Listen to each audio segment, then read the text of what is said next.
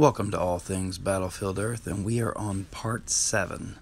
Now, I recently showed you released behind a deleted scene and compared it to the book. And I actually showed you the book version and then showed you the actual movie version. So we're picking up right about there. And Turl has given his speech about, hey, if all these, how great he is as a marksman. And Johnny says, if you run, he'll kill us. Well, he turns around and he starts killing these cows. Not killing them. In the book, he shot the legs up from underneath some of the cows in the back to make them run towards them. And just to prove how good he was able to shoot them down as they were running. Not to kill them, because he enjoyed the sound of the wailing and crying of the cows. So just showing a little window into how sadistic cyclos can be.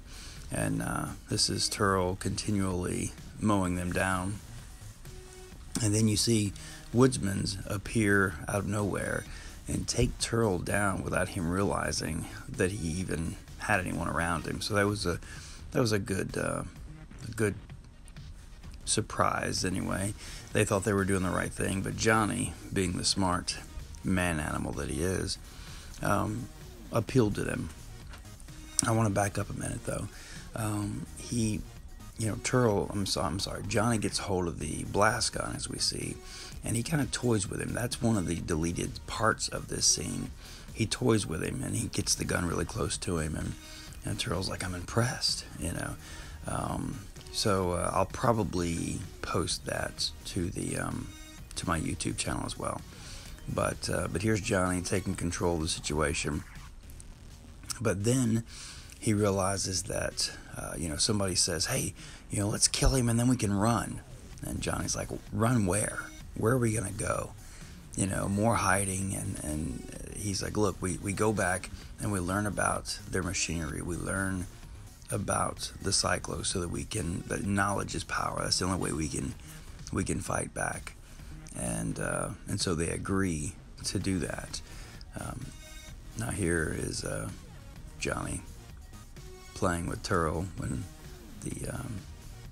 and Turl's enjoying it. Actually, he respects Johnny for being tough to the point of possibly killing him. Turl doesn't know if he's about to be killed, but Turls aren't afraid of death. He understands that, he's a sadistic bastard for the most part, and he understands that Johnny just might kill him here, but he still faces it with laughter. And here, Johnny's telling the woodsman to go put the cows out of their misery, because in the background they're crying out.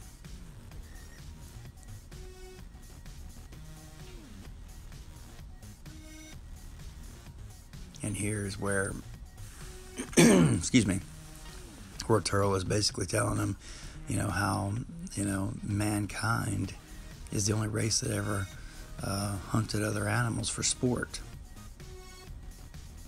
This gentleman right here, the guy that we just showed, the woodsman, that's Michael Tyson. He is actually from Mobile, Alabama, which is the city I was born in, which is about 20 minutes from my location. This is where Johnny is giving his speech, and it's very moving, and it's almost, it's very similar with a lot of key words from the actual book. And so everyone's agreed that the right thing to do is going to be to stay. And Johnny's having a flashback of someone telling him that we can't defeat them. And Johnny says, only our fate is basically hiding in a mountainside, in a cave. And Johnny says, I don't believe in fate. So Johnny's convinced his people that the right thing to do is go back, because Johnny knows that the greater good, if he can go back and free all mankind, because what they were saying was, hey, let's let's run. We can't save the people back there. Well, Johnny believes that yes, you can, that you can save everyone. So pretty awesome hero that we have here. The fact that he won't just look out for his immediate group or himself, he looks out for everyone. And that's the true definition of a hero. So in this scene, Johnny flips the gun around. He says something to the point of, telling Turtle that he knew he would always be steps ahead of him, and he gives him the gun back. And immediately this does not go as well as Johnny had hoped, but Johnny knew what he was doing when he turned the gun around and handed it to Turtle. So here we are. And so now Turtle has decided that he's going to further have to coward Johnny. And so he's got a surprise for him. And very, very much like the book, Chrissy set out to go find Johnny. Well, Chrissy got captured in front of Johnny. It was a big setup, and Johnny had a gun that didn't work, and so it didn't go very well. So what happened was that Chrissy and Patty got captured, and then Johnny had to commit to doing what Turtle wanted. So now he no longer has to be in the book. He no longer had to be in the cage, but Patty and Chrissy did. Now in this case, that doesn't really change who's going to be in the. I mean, yes, Johnny's out of the cage working on trying to mine the gold, but Chrissy is going to be put in the cage with other people at this point. But here's where Johnny's like, I've never seen her in my life. One of the most foulest females I've ever seen. And Turtle already knows there's a drawing of Johnny that Chrissy had, so he already knows that the jig is up. And so Johnny gets real nervous here because he's talking about blowing people's heads off. So he's got a device there, a collar, and he's looking around at who he's going to blow the head off of. So things get a little dicey here because Johnny's concerned that he may kill Chrissy. But Turtle knows that that's his leverage. He finally has leverage over Johnny.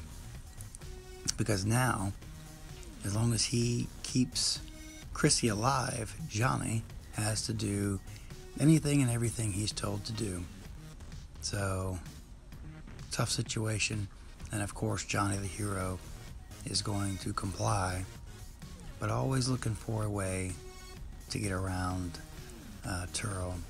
And I won't go much further than this at the moment, and I'll pick up. Unfortunately, the next scene is not a